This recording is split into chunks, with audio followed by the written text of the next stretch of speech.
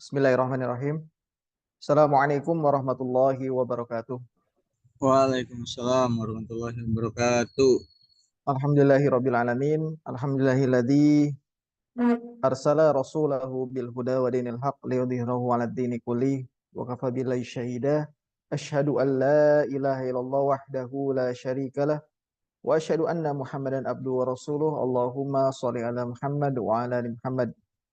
Alhamdulillah, segala puja dan puji patut kita ucapkan terus, patut kita zikirkan terus dalam rangka syukur kita kehadirat Allah Subhanahu wa taala yang telah memberikan berbagai macam nikmat hingga sampai dengan hari ini, insya Allah nikmat yang sangat luar biasa yang Allah anugerahkan kepada kita semua. Salawat serta salam tidak bosan-bosannya kita sanjungkan kehadirat Nabi besar Muhammad Sallallahu Alaihi Wasallam, juga kepada para keluarganya, para sahabat-sahabatnya, para penerusnya, dan semoga kita istiqomah dalam mempelajari segala seluk-beluknya dan juga senantiasa istiqomah dalam rangka mengikuti dan berusaha maksimal mengikuti sunnah-sunnahnya. Dan semoga kita digolongkan ke dalam orang-orang yang kelak mendapat syafaat dari Rasulullah SAW. Amin ya rabbal alamin. Baik, ikhwatifillah rahimakumullah, kita awali dulu kelas kita pada sore hari ini dengan membaca Al-Basmalah. Bismillahirrahmanirrahim. Bismillahirrahmanirrahim. Selanjutnya materi tentang baiat Aqobah ya. Baiat Aqobah ataupun kita sudah memasuki masa atau materi transisi dari Sirah Nabawiyah. Artinya dari periode Mekah menuju periode Madinah kita sudah mulai berusaha setengah, tapi belum setengah juga sih. Kalau setengah, sayangnya nanti periode Madinah akan lebih panjang lagi sebenarnya dibandingkan periode Mekah seperti itu. Jadi apa ya, kalau belum apa bukan setengah ya, tapi sebagian periode Mekah sudah kita bahas, dan kita mencoba masa transisi, yaitu masa peralihan antara periode Mekah dengan periode Madinah, yaitu kita mulai masuk ke Baiat Aqobah, dan juga nanti setelahnya itu perjalanan hijrah ke Madinah, dan juga nanti pada bulan depan mudah-mudahan kita sudah membahas tentang bagaimana Rasulullah SAW membangun Madinah dengan sangat efektif dan sangat luar biasa.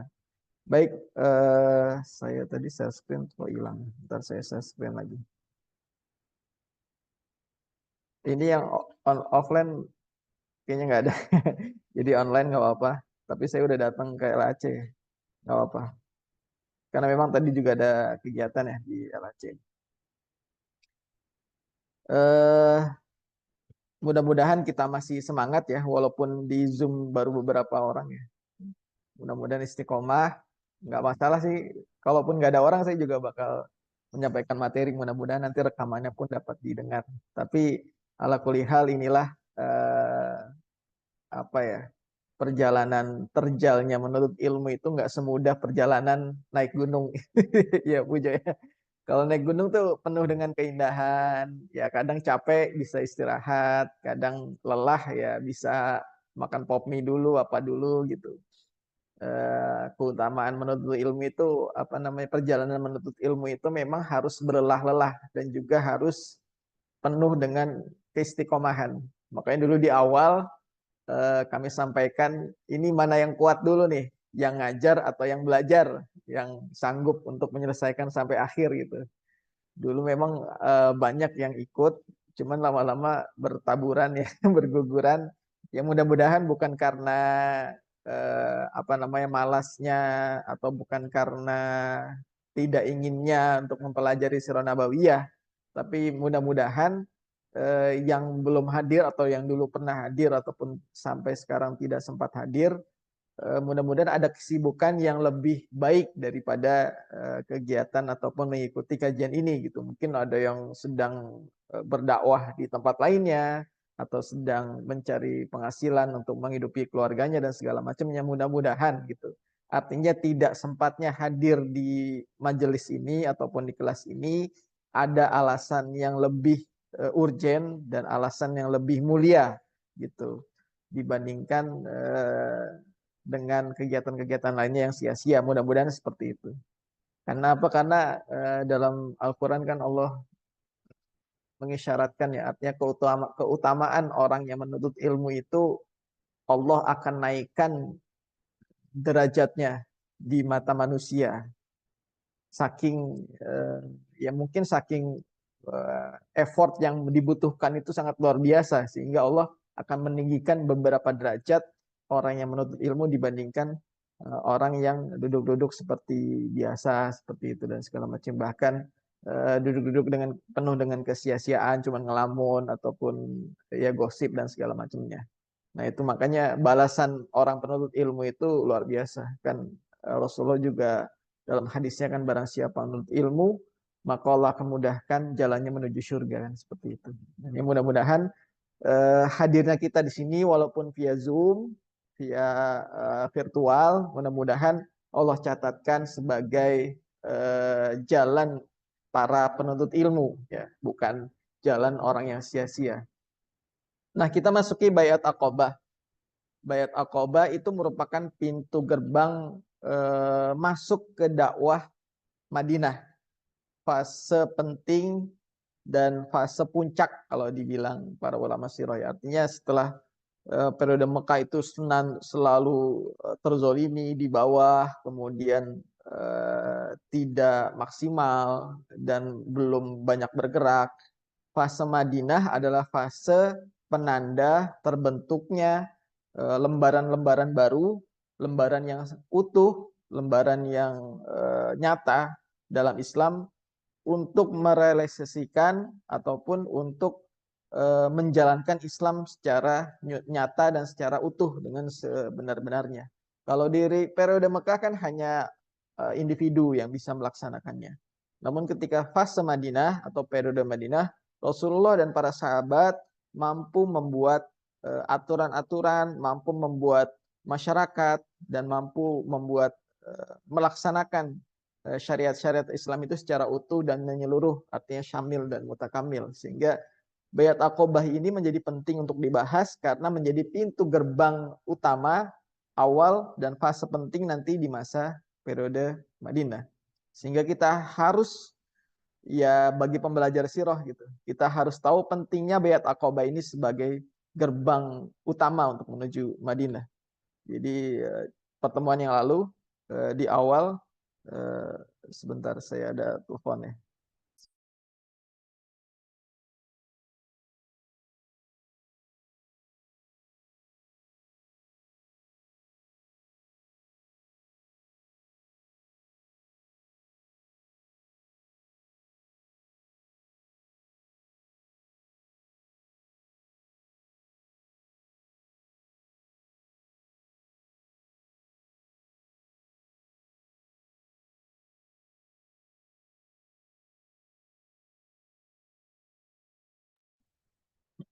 Iya, mohon maaf ya, saya dijeda sejenak. Bait Aqabah itu menjadi pintu gerbang utama menuju Madinah.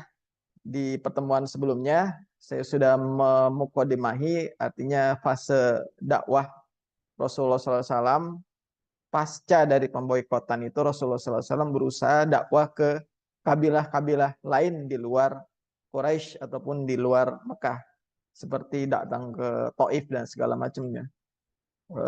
Dan juga bukan hanya untuk meminta mereka untuk masuk Islam saja, tapi juga meminta kesiapan dari kabilah-kabilah tersebut yang wilayahnya itu siap untuk membela dan menjadi basis dakwah utama setelah Mekah itu dinilai tidak lagi kondusif untuk menjadi pusat dakwah gitu.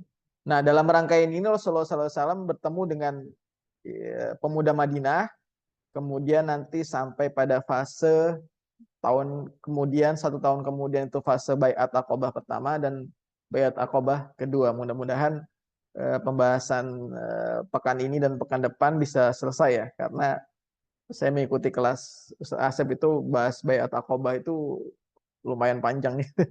Ya saya sedikit-sedikit aja lah memberikan spill-spillnya ya. Kalau mau lebih panjang nanti teman-teman bisa membaca buku-buku sirah lebih dalam dan juga menyimak kajian-kajian Ustadz mengenai Ustadz-Ustadz lain ya mengenai Baiat Aqobah, dan itu banyak sepertinya di YouTube dan juga di berbagai macam kesempatan para asatidz di Bandar Lampung juga membahas tentang Baiat Aqobah. Dan saya harap juga tidak harus berhenti di sini gitu. Artinya kawan-kawan yang hadir di Zoom bisa mencari ataupun mengikuti kajian-kajian yang sepertinya populer tentang Baiat Aqobah. Karena apa? Karena sangat penting sekali tentang Baiat Aqobah ini. Karena kalau tidak ada Baiat Aqobah maka Madinah tidak terbuka. Seperti itu. Sehingga kita melihat bagaimana Rasulullah SAW merancang setiap perjalanan dan gerak dakwanya secara matang. Luar biasa.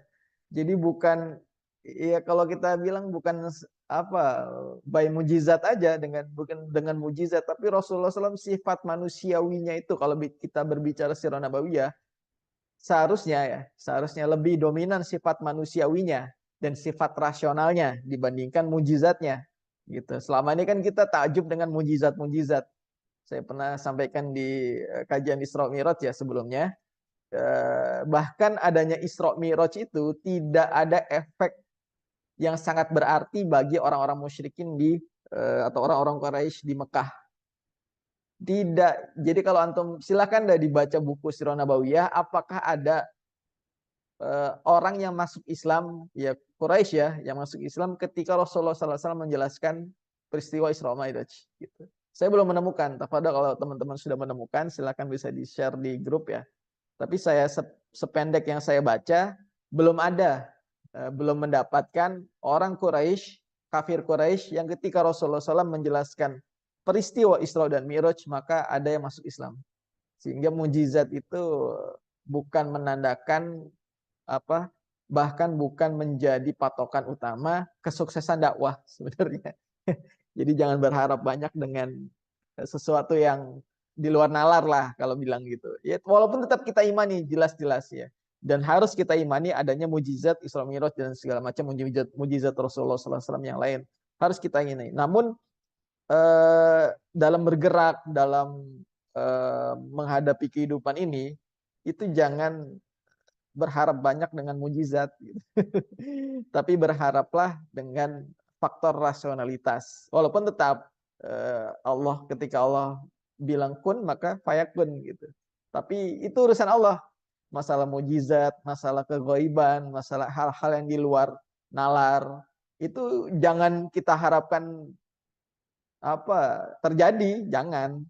Tapi kita berusaha berikhtiar dengan semaksimal mungkin, seefektif mungkin, sematang mungkin berusaha membuat tahapan-tahapan perencanaan dengan matang sampai terjadinya rasionalitas itu, sehingga nanti Allah akan melihat ternyata usaha kita sudah maksimal dan Allah akan berikan kemujizatan itu. Jadi mujizat itu bukan sesuatu yang bisa diupayakan, bukan, tapi gift dari Allah, gitu, pemberian dari Allah, dan Allah mengendaki siapapun yang dikehendakinya. Gitu. Jadi gambaran yang sangat jelas bahwa rangkaian dakwah Rasulullah SAW termasuk Baiat Aqobah ini dan termasuk juga dakwah ke kabilah-kabilah di luar Mekah yang sebelumnya kita bahas itu membuat Rasulullah SAW membuat tahapan-tahapan yang matang sampai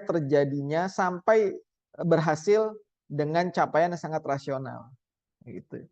Jadi bukan berharap ya bisa aja Allah kasih mujizat semua Quraisy masuk Islam gitu atau kabilah mana masuk Islam, itu bisa saja, tapi inilah gambaran rasionalitasnya dari Rasulullah SAW. Sehingga patutlah kita menjadikan Rasulullah SAW menjadi suri tauladan, menjadi contoh sebaik-baiknya contoh. Kalau dengan penuh mujizat Rasulullah, maka nggak bisa kita menjadikan contoh gitu. Karena kita tidak bisa menciptakan mujizat gitu.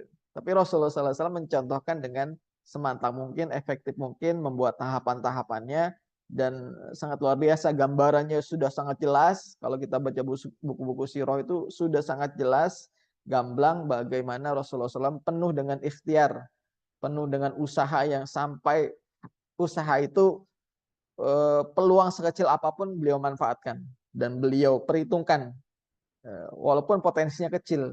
Ya ingat kita lihat kemarin bahas tentang Rasulullah SAW ke Taif, apa iya ada peluang gitu, tapi Rasulullah SAW kerjakan. Rasulullah SAW dakwah ke Taif walaupun selama 15 hari, 10 sampai 15 hari di Taif itu tidak mendapatkan satu hasil sama sekali gitu.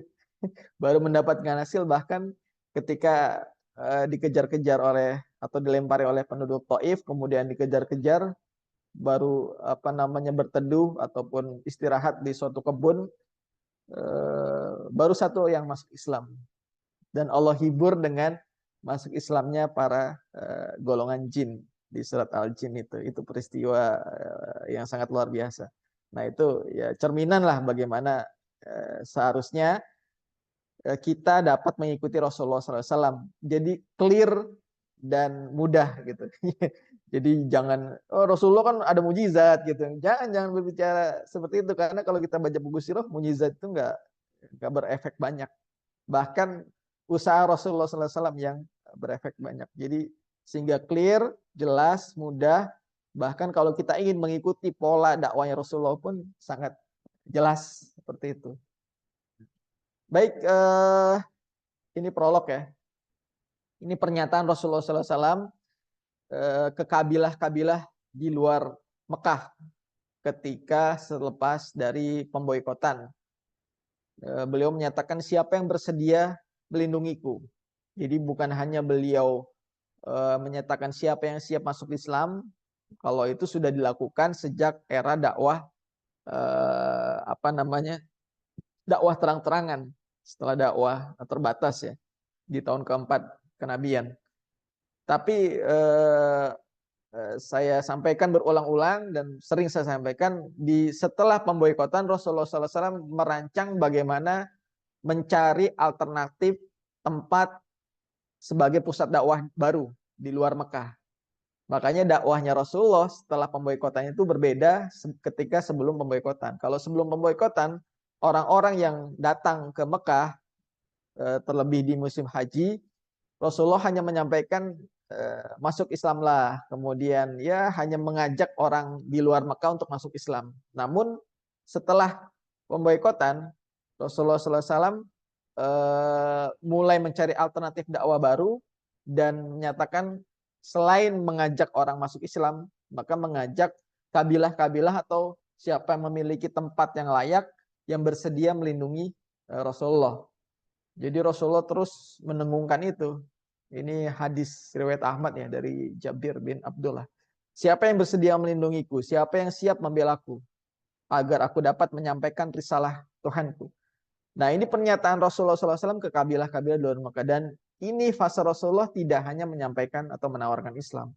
Di Mekah, walaupun di Mekah tetap ada pelindung Rasulullah SAW kan. Selama ini kan yang melindungi Rasulullah adalah Bani Hashim dan juga Bani Muthalib. Dari awal kan, dari awal fase dakwah terbuka itu kan seperti itu. Kemudian nanti setelah dakwah keluar ke Taif, kemudian kembali lagi, itu kan mendapat suaka dari Bani Naufal, kan dari siapa tokohnya? Mut'im bin Adi, ya, Mut'im bin Adi. Jadi Rasulullah mendapat pembela, sebenarnya sudah ada yang melindungi di dalam Mekah.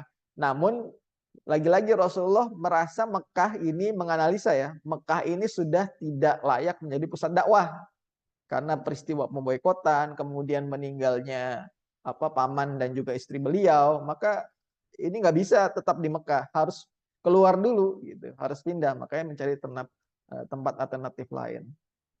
Kayak Rasulullah menyampaikan siapa yang bersedia melindungiku, artinya melindungi di luar Mekah. Kalau di Mekah sudah ada yang melindunginya.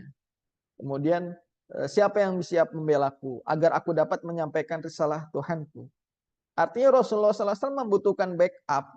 Dari pernyataan ini Rasulullah SAW membutuhkan backup. Ya tentu saja kalau backupnya malaikat Jibril, apalagi Allah Subhanahu Wa Taala sudah sangat jelas itu, sudah cukup lah. Jadi nggak butuh lagi sebenarnya.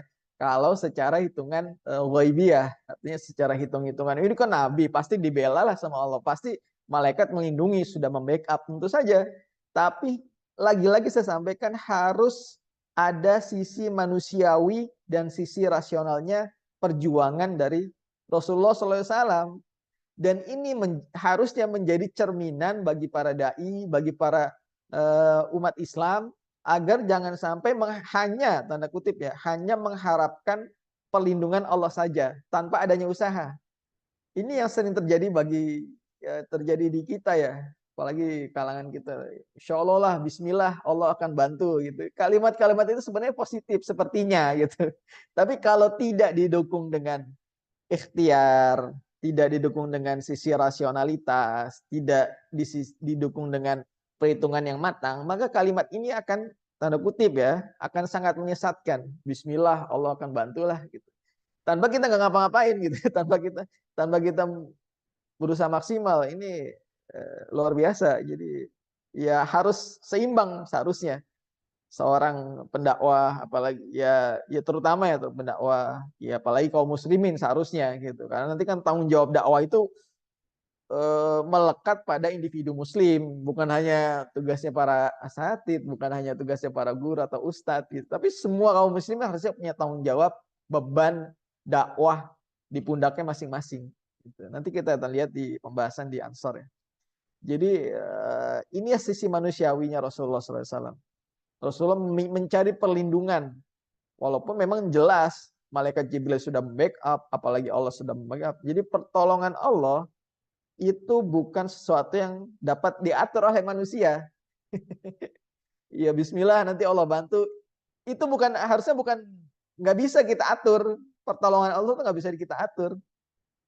Ya masa sih kita sudah bertakwa kepada Allah, melaksanakan perintahnya, kemudian menolong agamanya, masa nggak Allah bantu gitu kan? Kalimat-kalimat itu yang kadang membuat melemahkan ikhtiar pada akhirnya. Ya udah yang penting jalan aja gitu, seperti itu. Nah seharusnya kalau kita mau ikuti, ya ini lagi-lagi ikut sunnah ya. Kalau ya bahasa sunnah itu kan sekarang lagi ya rame-rame lah ini sunnah apa bid'ah gitu. Kalau mengikuti sunnah, kita harus usaha yang maksimal dan terukur. Jadi bukan sporadis, bukan yang penting usaha. Enggak, ada strateginya, ada ukurannya, ada takarannya. Bagaimana ini bisa tercapai sesuatu kegiatan atau sesuatu rencana proyek itu bisa tercapai, bisa berhasil, itu harus terukur. Dan usaha-usaha untuk mendukung itu harus maksimal dan harus efektif. Jangan semua usaha dikerahkan sehingga menghabiskan banyak energi namun hasilnya nggak sebanding gitu. Nah, itu juga harus dipikirkan. Jadi lagi-lagi pertolongan Allah, Allah akan bantu gitu. Pertolongan Allah nggak bisa kita atur. Pertolongan Allah itu akan datang seiring dengan usaha yang kita lakukan. Apakah maksimal atau belum maksimal seperti itu. Nah, apa kompensasinya agar aku dapat menyampaikan risalah Tuhanku? Dengan begitu dia akan mendapatkan surga. Apa kompensasinya? Kemarin pernah sempat kita bahas ya. Rasulullah menawarkan ini kepada kabilah-kabilah di luar Mekah. Namun dalam paradigma mereka jahiliyah, oke, kami akan bantu wahai Muhammad. Tapi apa nih nanti akan kita dapat? Apakah setelah kita berkuasa, setelah kita menang, kami akan berkuasa? Gitu. Nah itu kan bahasanya tuh pengorbanan yang dilakukan itu investasi untuk kekuasaan pada akhirnya. Ya samalah seperti yang lagi rame hari ini ya. Ya banyak mendukung paslon-paslon gitu kan. Banyak mendukung nomor 1, nomor 2, nomor 3. Mungkin dengan berbagai macam motif. Ya mungkin ada yang mulia, ada yang memang ini layak, ada juga yang motifnya karena kekuasaan. Ya tapi prediksi saya banyakkan ke arah kekuasaan sih sebenarnya. Artinya, oke saya akan dukung Anda gitu. Tapi nanti saya jatah menteri ya, ya gitu kan. Gitu kekuasaan-kekuasaan itulah. Jadi hitung-hitungan politik itu ya, ya mirip-mirip lah antara jahiliyah dengan sekarang gitu. Makanya di masa Rasulullah SAW banyak kabilah-kabilah yang ditawari untuk melindungi Rasulullah, untuk membela Rasulullah. Namun mereka minta syarat. Kami bisa aja bela engkau wahai Muhammad, kami bisa aja melindungi engkau, tapi setelah menang siapa yang akan berkuasa? Apakah engkau dengan keluargamu ataukah kami ini dapat kekuasaan? Itu kan jahiliyah. Itu yang terjadi. Ya, sekarang juga mirip-mirip lah gitu. Jadi kompensasinya apa? Akan mendapatkan surga. Jadi kata Rasulullah, dengan begitu dia akan mendapatkan surga. Artinya apa? Artinya adalah perjuangan, setiap pengorbanan, kemudian apa namanya, sesuatu yang kita keluarkan adalah tanggung jawab bersama orang yang menerima kebenaran Islam. Gitu. Harusnya ya. Ya mudah-mudahan yang di sini paham gitu. Maksudnya setiap manusia yang mengaku Muslim, setiap orang yang mengaku Muslim itu seharusnya di bebannya itu ada beban apa, di pundaknya itu ada beban pengorbanan terhadap keislamannya. Jadi orang yang beriman harusnya punya rasa tanggung jawab bersama untuk memperjuangkan Islam. Jadi bukan hanya tugasnya ustadz, bukan hanya tugasnya guru-guru ngaji, gitu. Bukan hanya tugasnya siapa dosen-dosen apa pendidikan Islam dan segala macamnya, tapi tugasnya semua orang yang mengaku beriman dan berislam. Itu harusnya punya rasa tanggung jawab itu, gitu, untuk memperjuangkan keislaman. Itu kan yang terjadi di masyarakat Bani Israel ketika Musa mengajak masuk ke Palestina. Ketika baru diselamatkan dari mujizatnya terbelahnya Laut Merah dan menenggelamkan Firaun yang menjadi momok musuh bagi mereka, Bani Israel, diselamatkan, itu berhasil diselamatkan. Kemudian Nabi Musa mengajak Bani Israel itu untuk masuk ke Palestina untuk berjuang, karena di Palestina itu banyak orang-orang zolim di sana. Tapi mereka, oh itu tugasnya Nabi, udah Nabi aja, Musa aja, sanalah pergi Musa bersama Tuhanmu, kami duduk-duduk di sini, kalau sudah menang, baru kami ikut. Nah itu yang terjadi di Musa. Mudah-mudahan di kaum muslimin enggak ya, mudah-mudahan setiap kita harusnya memiliki rasa tanggung jawab untuk memperjuangkan Islam bersama-sama. Dan peradaban itu dibangun secara kolektif, bukan dibangun oleh satu dua tokoh. Makanya jangan banyak berharap, maksud saya, jangan. Kalau berharap boleh, tapi jangan banyak berharap dengan terpilihnya si fulan sebagai presiden, sebagai wakil presiden, sebagai anggota dewan. Jangan banyak berharap dengan mereka. Kalau kita tidak atau belum sanggup berbuat sesuatu untuk memperjuangkan Islam. Oke, bisa, bolehlah siapa yang paling terbaik, yang paling soleh di Indonesia itu menjadi presiden. Tapi kalau kitanya nggak bergerak, nggak ikut berjuang, sama aja seperti Musa dengan Bani Israel. Seperti itu. Jadi seharusnya orang beriman itu punya rasa tanggung jawab. Sehingga apa? Balasannya adalah surga. Artinya jangan berpikir yang lain-lain, jangan hanya berpikir saya akan berjuang bersama Anda nih, tapi nanti saya dapat apa? Itu yang dilakukan oleh kabilah-kabilah di luar Mekah ketika ditawari dakwah dan juga siap melindungi Rasulullah SAW. Nah, inilah yang nantinya Ansor yang akan mendapatkannya. Makanya dalam Al-Quran itu Ansor luar biasa, selalu disebut-sebut Allah ya dalam konteks positif, dalam konteks apresiasi terhadap Ansor. Artinya perjuangan mereka, pengorbanan yang mereka lakukan, itu luar biasa diapresiasi oleh Allah Subhanahu wa taala. Imbalan untuk Ansor apa? Surga. Wasabiqunal awwaluna minal muhajirin wal ansor walladzina ta'abuhum bi ihsan radhiyallahu anhum wa radu'an. Artinya Allah tuh sudah meridhoi mereka. Jadi mereka mau berbuat apa aja terserah. Karena apa? Karena pengorbanan yang mereka lakukan. Ansor itu dalam banyak ayat dipuji oleh Allah Subhanahu wa taala. Dipuji-puji setinggi langit, luar biasa. Karena apa? Karena mereka tadi sudah menyatakan diri berislam, beriman, kemudian memiliki rasa tanggung jawab beban perjuangan yang mereka emban sebagai seorang muslim. Mereka berkorban dan bukan pengorbanan yang ya udahlah nanti kalau sempat gitu, bukan. Bahkan pengorbanan yang mereka lakukan, yang mereka korbankan itu sebenarnya mereka yang mereka butuhkan gitu.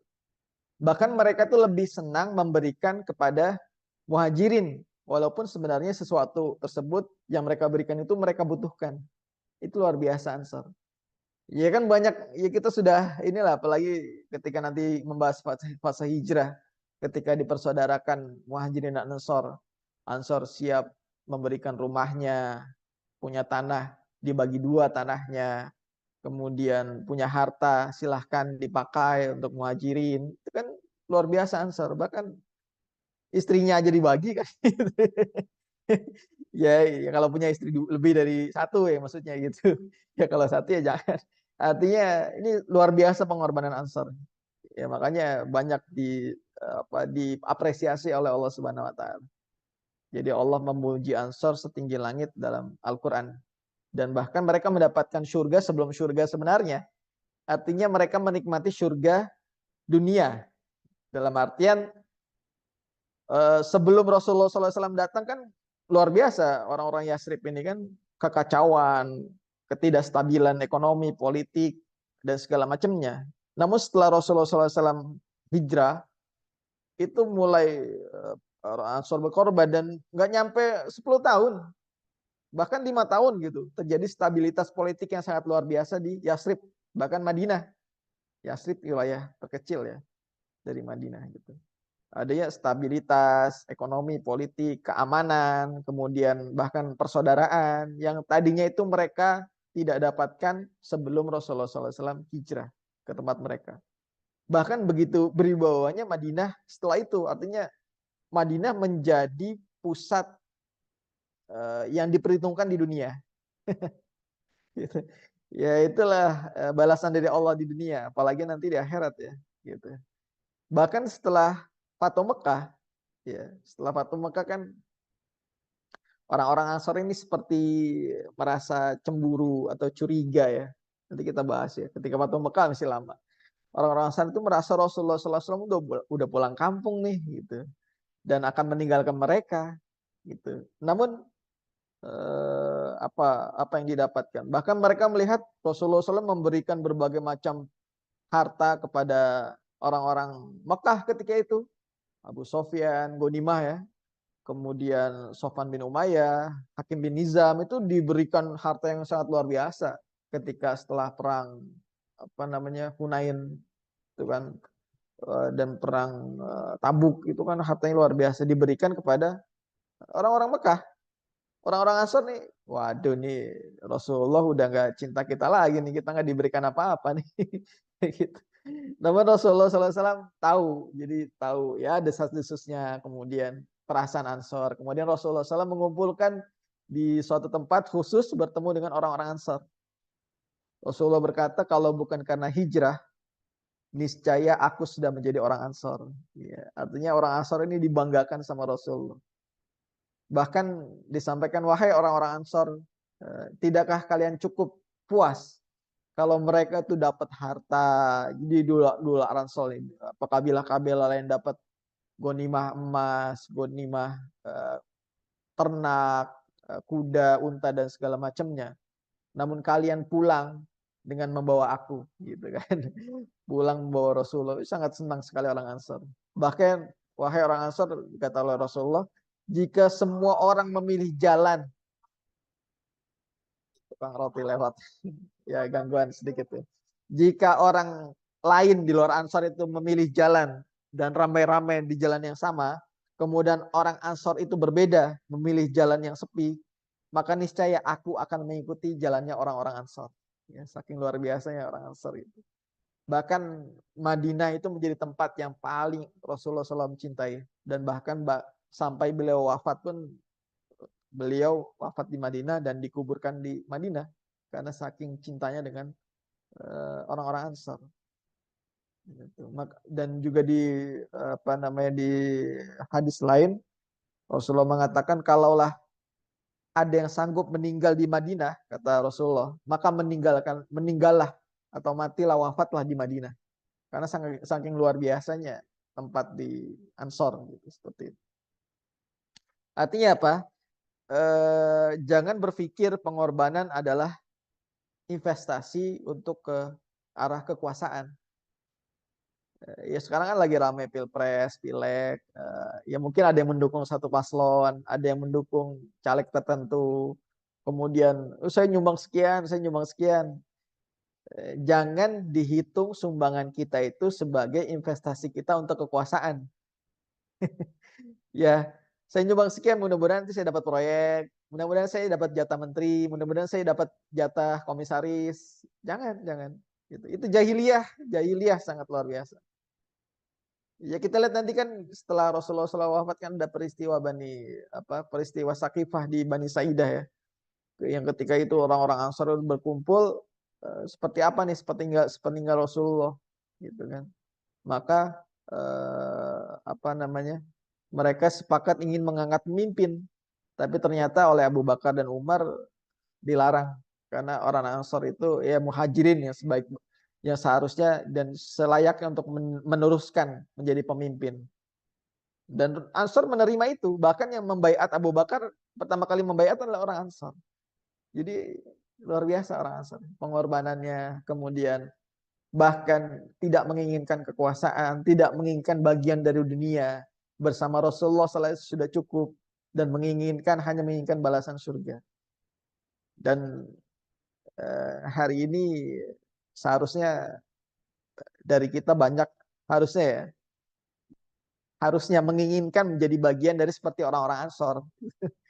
Sekarang pengennya banyak jadi muhajirin semua. Artinya banyak yang pengen ditolong semua, tapi untuk menolong, untuk berkorban sedikit. Gitu.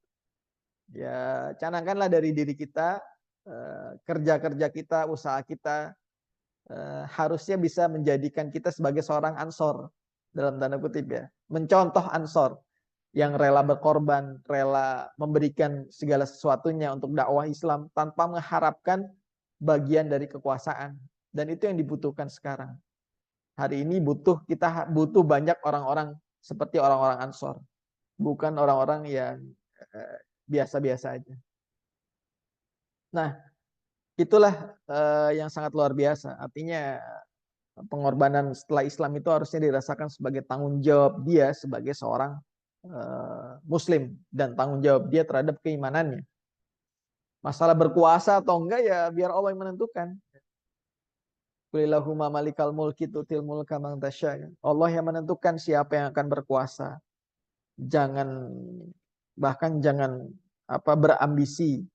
Bahkan kita dilarang menyerahkan kekuasaan kepada orang-orang yang berambisi menginginkan kekuasaan. Ini jadi panduan juga buat pemilihan nanti ya. Artinya ya bukan mengharap juga atau mengajak kita golput, bukan. Pilihlah orang yang kita percaya dan kita yakini bahwa mereka orang-orang baik dan mampu memperbaiki kondisi negeri ini, seperti itu. Ya, mudah-mudahan kita diberikan pemimpin yang soleh dan juga baik dan mampu membangkitkan Islam dari Indonesia ini, seperti itu. Amin. Nah, kita lanjutkan ya. Sedikit aja kita ini ya, prolognya. Proses menuju Yasrib. Yasrib itu apa sih sebenarnya? Kalau kita baca buku itu kan Yasrib itu Madinah ya, kadang Madinah. Yasrib itu sebenarnya lebih kecil daripada Madinah yang sekarang kita ketahui ya, bagi yang sudah pernah umroh gitu kan. Yasrib itu bagian terkecil dari Madinah. Bahkan kalau di buku-buku sirah tuh ya lebih kecil dari Masjid Nabawi saat ini. Tapi memang yang populer, yang dikenal masyarakat Arab ketika itu ya Yasrib. Dari mana? Dari Yasrib gitu. Walaupun tinggalnya bukan di Yasrib. Samalah kita seperti dari mana? Dari Karang gitu kan. Kalau orang dari Jawa menyebutkan tinggal di mana, di Bandar Lampung, di Karang gitu kan. Padahal bukan di Karang, ternyata di Labuan Ratu gitu kan. Nah itu menyebutkan seperti itulah, mirip-mirip lah. Jadi Yasrib itu suatu kawasan yang kecil, kemudian walaupun memang populer. Jadi orang-orang menyebutkan dari kawasan itu disebut kawasan Yasrib. Walaupun bisa jadi Kuba, bisa jadi yang lainnya gitu. Walaupun sekarang ya Kuba, Yasrib itu sudah masuk dalam teritori wilayah Madinah seperti itu. Jadi proses menuju Yasrib ini luar biasa. Ini bagian dari strategi Rasulullah SAW memindahkan pusat dakwah dari Mekah. Dan ini bagian dari perencanaan besar Rasulullah SAW memindahkan pusat dakwah. Sejak kaum muslimin itu bebas dari pemboikotan. Ya sudah saya sampaikan ya. 3 tahun terakhir periode Mekah, Rasulullah SAW fokus selain dakwah, artinya selain mengajak orang untuk masuk Islam, Rasulullah juga fokus memindahkan basis dakwah keluar Mekah. Artinya agar apa? Agar dakwah itu bisa secara efektif, bisa memberikan tempat untuk aman, ya, tempat untuk berdakwah yang aman, kemudian nyaman, kemudian terlindungi, kemudian bisa dibela, dan juga semuanya berlangsung gitu, dan bisa menerapkan nilai-nilai Islam dengan secara kafah gitu. Sehingga inilah strategi Rasulullah SAW. Kemudian Rasulullah SAW banyak bertemu dengan kabilah-kabilah Arab di musim haji gitu. Dan ini juga dilakukan oleh Rasulullah SAW. Jadi Rasulullah SAW tidak hanya membidik satu tempat. Oh, ini kayaknya Taif cocok nih, dibidiklah Taif gitu.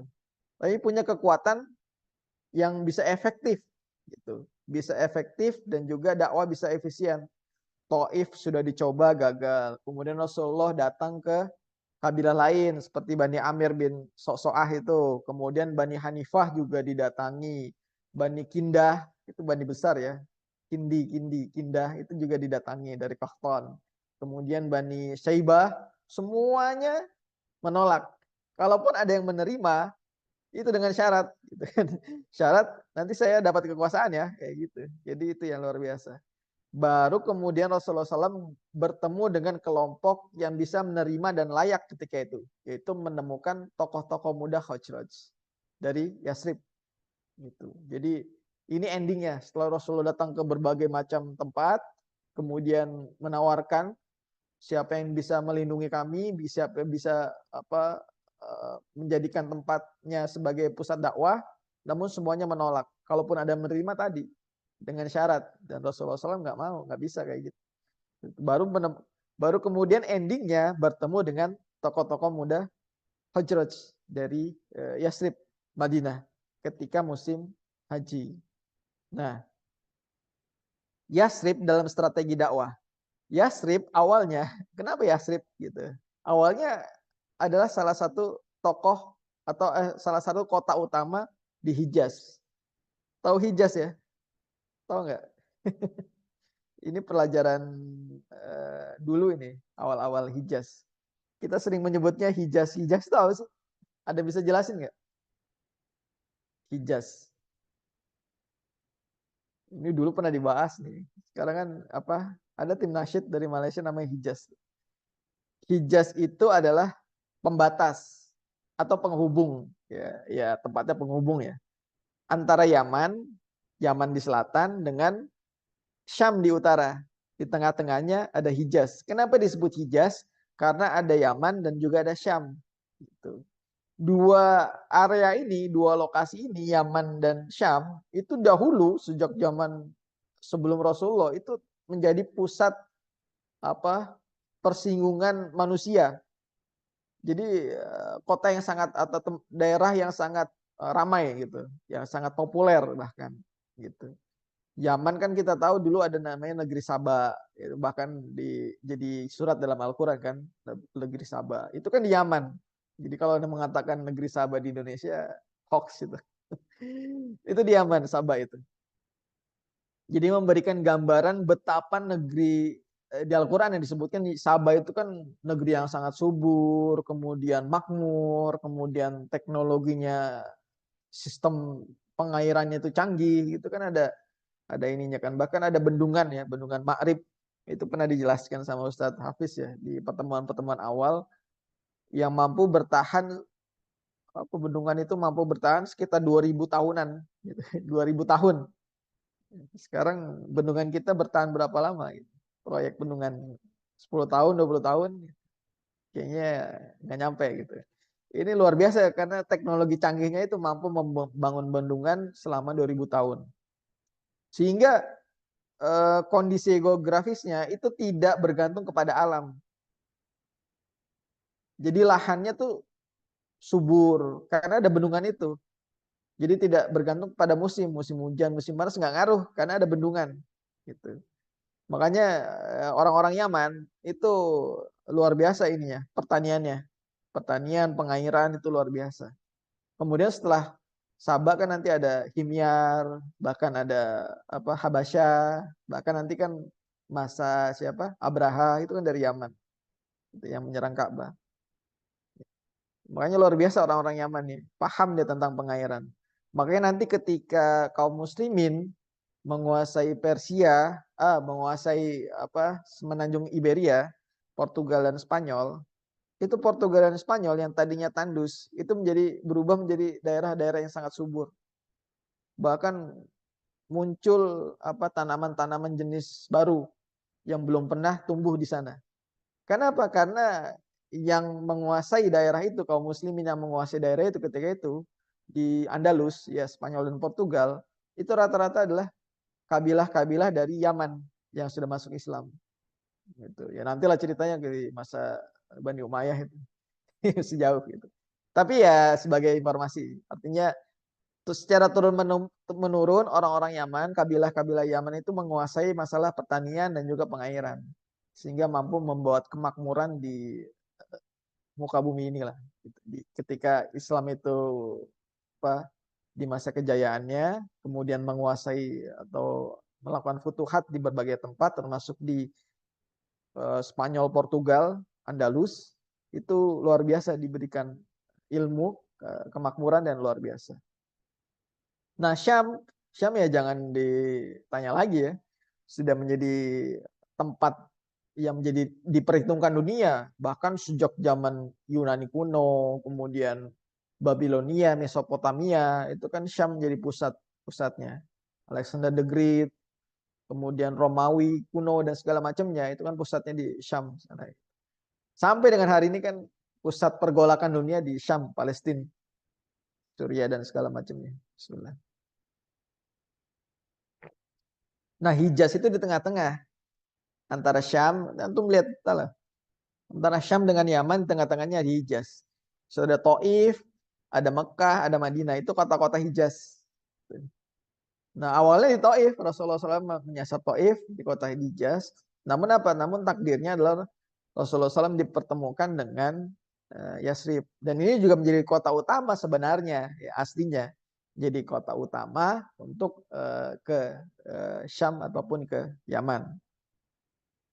Walaupun sampai pada akhir periode Mekah, Yasrib itu tidak masuk hitung-hitungan Rasulullah SAW. Kenapa? Karena bergejolak yang sangat luar biasa. Faktor internal Yasrib yang senantiasa tidak stabil. Sering terjadi perperangan, perpecahan antara suku. Yang terbesar adalah antara suku Khazraj dengan suku Aus. Walaupun di belakang mereka orang-orang Yahudi yang membisikkan. Jadi Yasrib itu senantiasa bergolak, senantiasa perang, nggak berhenti-henti, menghabiskan energi, menghabiskan apa segala macamnya gitu. Jadi boro-boro bisa melindungi Rasulullah gitu, bisa melindungi Islam. Orang masalah internal mereka aja nggak selesai-selesai gitu kan gitu. Sehingga tidak bisa melindungi gitu. Ya, ya bayangkan kalau kita misalnya banyak masalah di rumah tangga, anak apa belum bayaran sekolah, utang di mana-mana, makan buat besok susah, ya boro-boro mau bantu tetangga yang lain, ya urusan sendiri aja belum selesai gitu kan istilahnya gitu. Ya itu masalah rumah tangga belum selesai, ujug-ujug datang orang mau minjem duit gitu. Ya itu kan ya orang yang mau minjem juga bingung gitu kan. Ah nggak mungkin dia akan membantu kan gitu seperti itu. Makanya Rasulullah pun pada awalnya itu tidak memperhitungkan Yasrib sebagai alternatif dari perpindahan pusat dakwah dari Mekah ke luar Mekah gitu. Yang faktor paling utama adalah Yasrib tidak kondusif karena terlibat perang saudara berkepanjangan. Perang terakhir Yasrib adalah perang Bu'ats yang terjadi 4 tahun sebelum hijrah. Artinya 4 tahun sebelum hijrah itu di Yasrib itu terjadi perang yang sangat luar biasa. Dan perangnya terus menerus ya, nggak sehari 2 hari. Kita tahu bulat lewat. Wow, ya. Jadi perang Bu'ats ketika Rasulullah SAW terjadi, ketika Rasulullah SAW diboykot, terjadi pemboikotan. Ini Madinah sedang berdarah-darahnya. Jadi boro-boro bantuin, artinya menerima, siap menampung, masalah mereka aja belum selesai. Walaupun nanti 1-2 orang itu mau menerima dakwah Rasulullah. Itu kemarin sudah kita sampaikan ya. Secara kabilah tidak menerima, tapi ada yang menerima secara individu, personal gitu. Nah, ini luar biasa.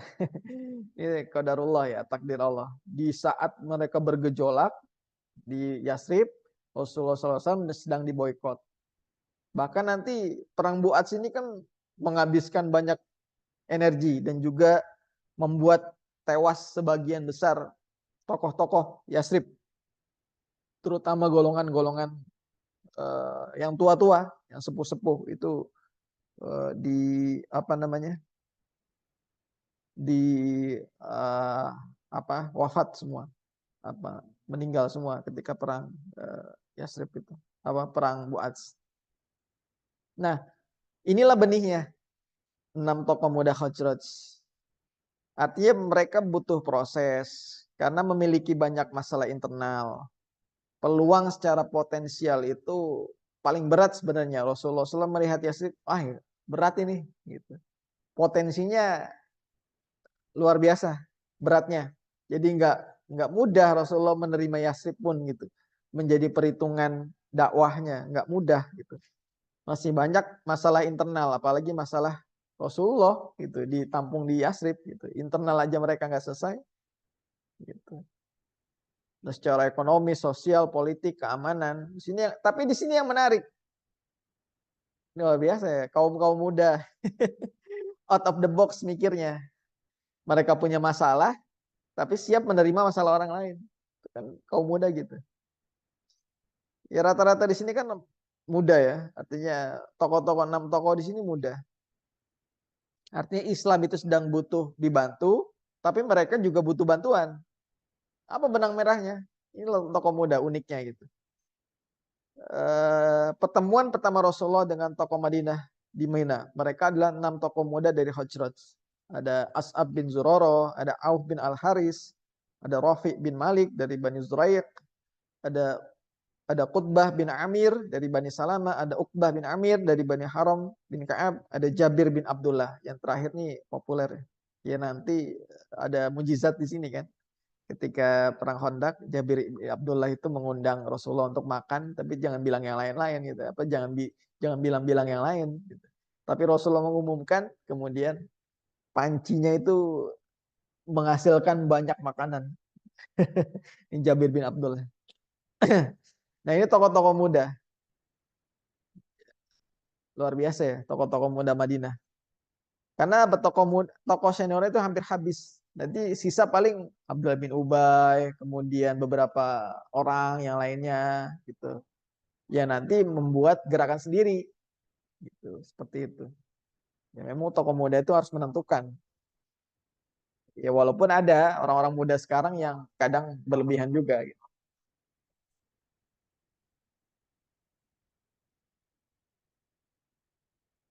Ya inilah potensi yang walaupun berat tapi Rasulullah SAW ya berusaha untuk masuk di dalamnya. Ya ini hikmah lagi buat kita.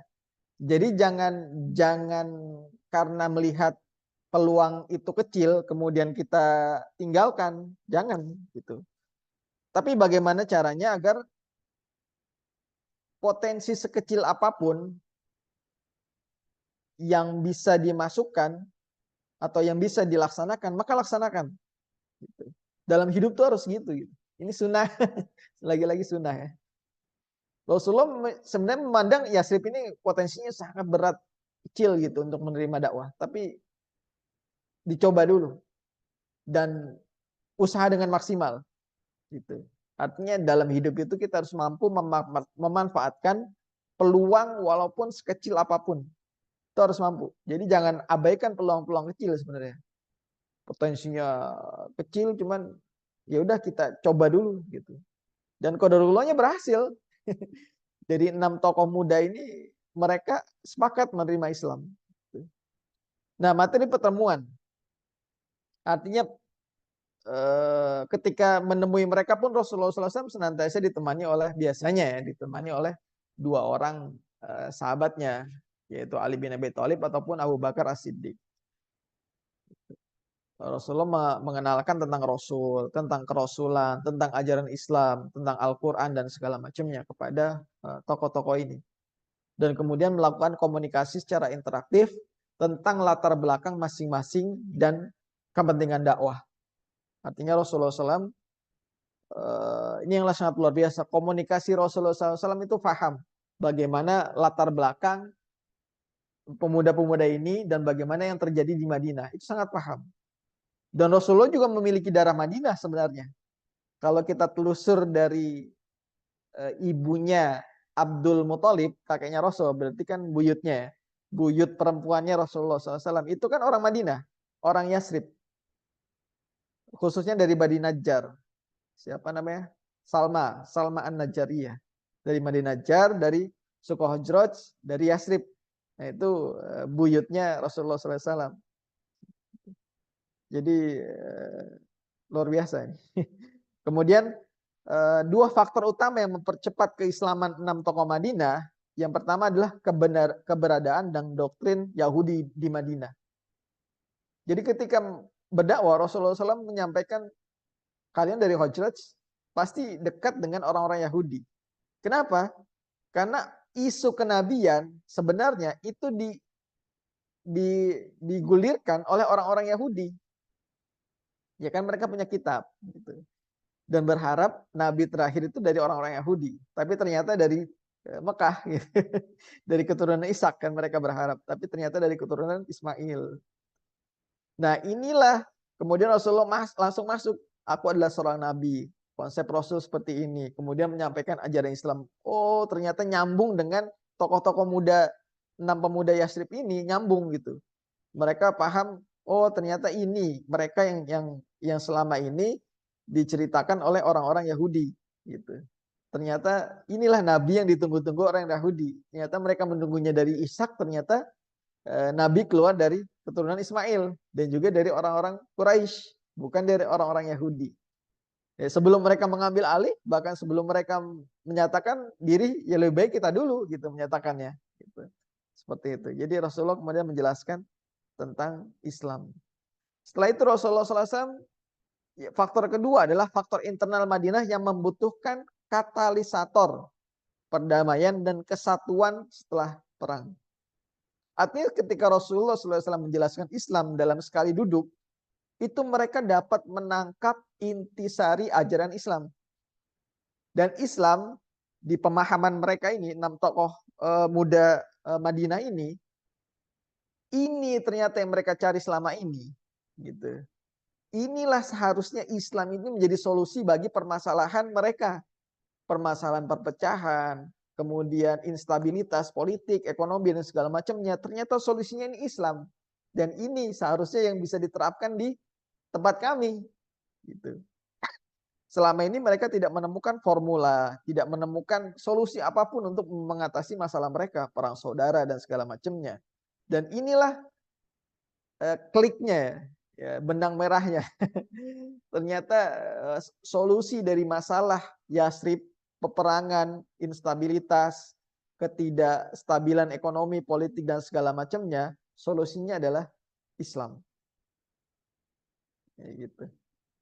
Ini dalam sekali duduk ini luar biasa. Jadi bahasa Rasulullah itu langsung mengena, bahkan mereka langsung paham inti sari dari Islam, bahkan mereka dapat meyakini kalau ini benar bisa diterapkan, maka masalah kami akan selesai. masalah kami di Yasrib itu akan selesai. Nah, coba kita baca atau kita pikirkan dalam diri kita gitu. Seberapa kuat ya perasaan kita, rasionalitas kita meyakini bahwa Islam itu sebagai solusi bagi masalah kehidupan kita hari ini. Coba dalam debat presiden misalnya, nggak ada yang menyatakan Islam itu sebagai solusi dari masalah bangsa ini. Harusnya kan gitu. Ya, nanti disebut politik identitas lagi kan. Ya itulah masalah kita gitu. Tidak mau mengakui sebenarnya Islam itu menjadi solusi gitu. Takut suaranya nggak dapet dari non muslim mungkin ya atau segala macamnya. Harusnya itu. Ya harusnya di debat itu saya tidak melihat dari tiga pasangan ini yang menyatakan Islam ini menjadi solusi dari permasalahan bangsa. Ya harusnya bisa menjabarkan itu gitu. Harusnya ya. Ya lagi-lagi ya masyarakat kita belum sampai sana. Belum sampai meyakini, belum sampai mendapatkan Islam itu menjadi solusi dari permasalahan bangsa kita. Itu luar biasa. Ini pernyataan dari orang-orang Khazraj ya, orang-orang pemuda-pemuda Yasrib ketika itu. Sesungguhnya kami meninggalkan suatu kaum yang satu sama lainnya terlibat permusuhan besar dan nyaris binasa.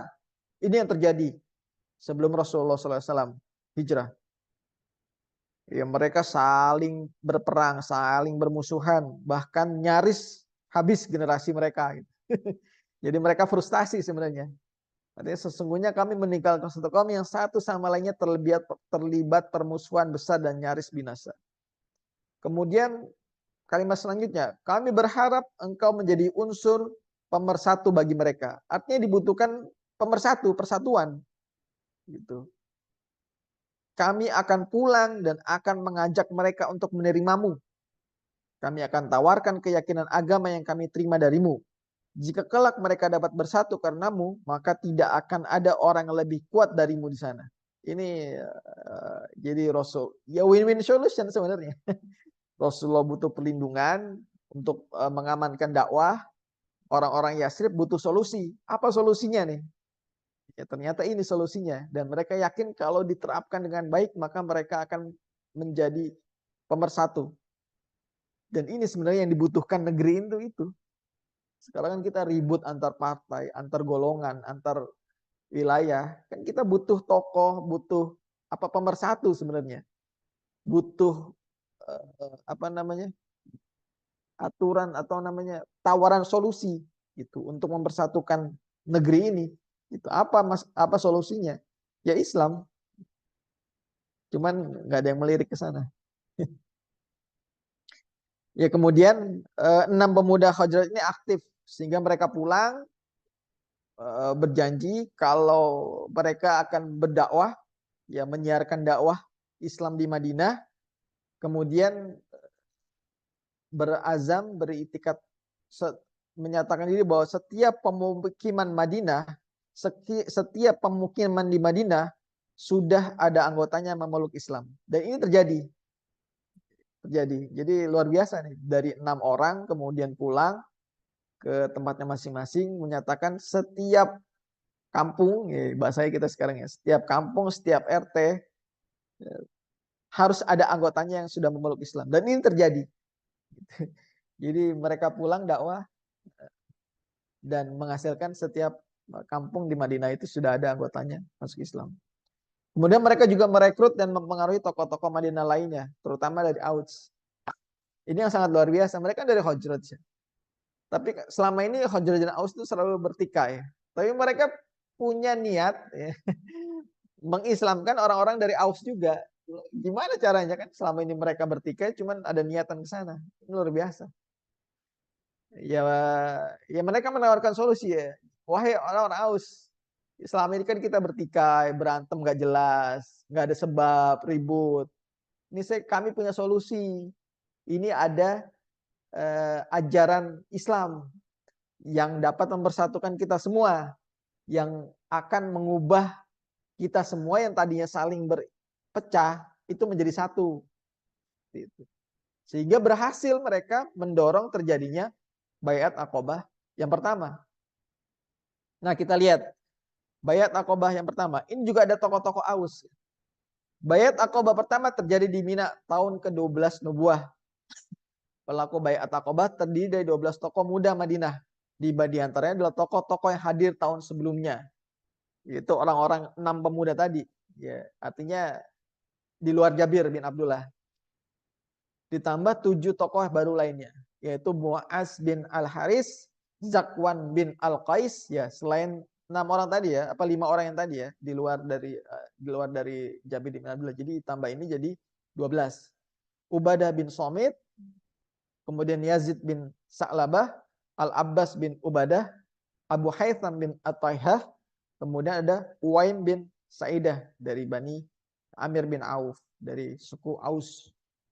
Ini 12 tokoh muda yang berbaiat yang tadi didakwahi oleh 6 pemuda tadi yang awalnya. Jadi setahun kemudian mereka bawa 7 orang lagi yang lainnya. Luar biasa, dalam setahun mereka dapat 7 orang yang siap berbaiat. Walaupun tidak menutup kemungkinan ada orang-orang yang nggak ikut gitu. Bisa jadi kan ada yang nggak ikut baiat tapi tertinggal di Madinah atau di Yathrib, itu ada. Nah, dampak dari Baiat Aqabah pertama, nanti ada yang kedua. Pekan depan lah kita bahas. Baiat Aqabah pertama disebut juga Baiatun Nisa, berisi komitmen terhadap seluruh ajaran Islam tanpa unsur kesiapan jihad. Ya, makanya jangan buru-buru. Artinya belum ada syariat jihad dan belum ada syariat untuk berperang. Jadi siap dulu untuk komitmen terhadap menjalankan ajaran-ajaran Islam. Kemudian Rasulullah SAW mengutus juru dakwah pertama ke Madinah.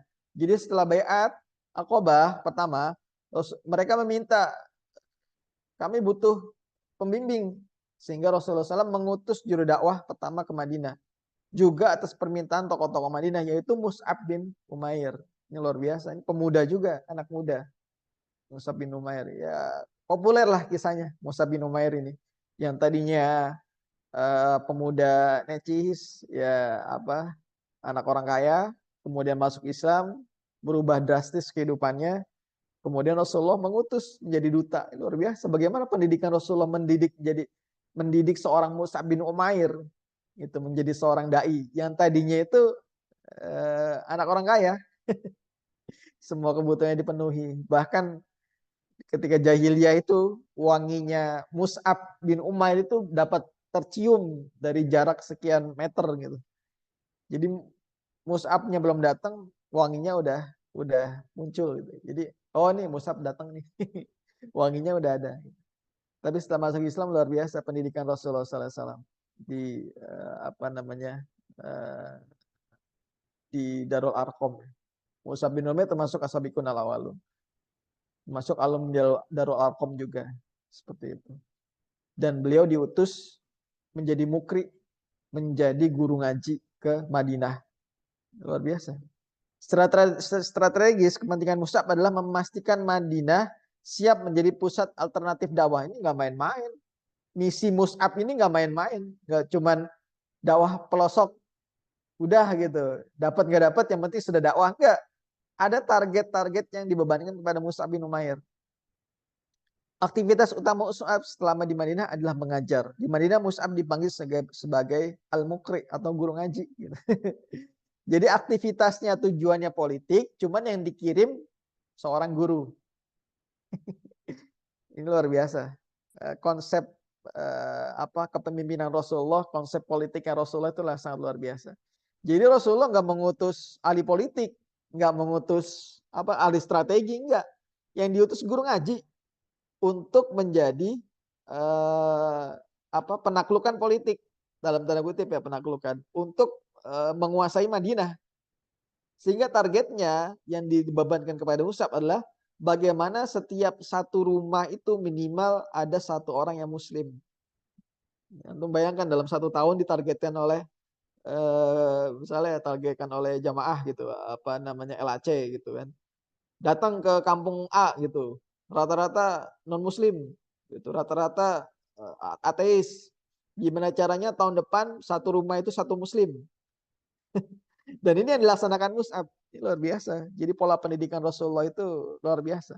Sehingga mampu menghasilkan produk sekelas Mus'ab bin Umair yang hasilnya itu sangat luar biasa.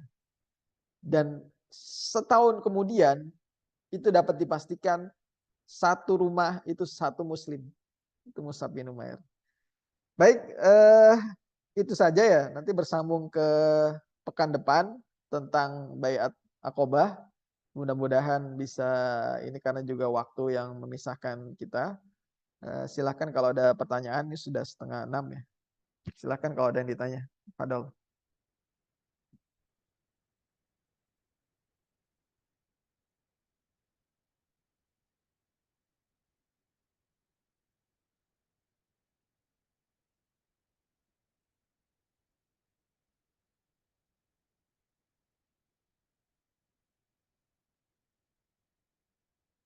Kalau tidak ada, kita akhiri ya. Mudah-mudahan bisa dicerna dengan baik tentang materi Baiat Aqobah ini. Insya Allah nanti pekan depan kita akan lebih detailkan lagi seperti apa isi dari Baiat Aqobah, kemudian efek yang seperti apa, kemudian bagaimana Baiat Aqobah kedua, bagaimana nanti bisa menghasilkan atau bisa Madinah sudah siap untuk tempat hijrah para sahabat dan juga Rasulullah SAW.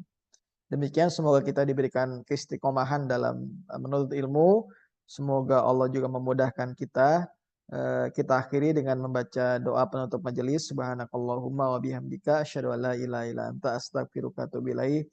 Kurang lebihnya saya mohon maaf. Wabillahi taufiq wal hidayah. Assalamualaikum warahmatullahi wabarakatuh.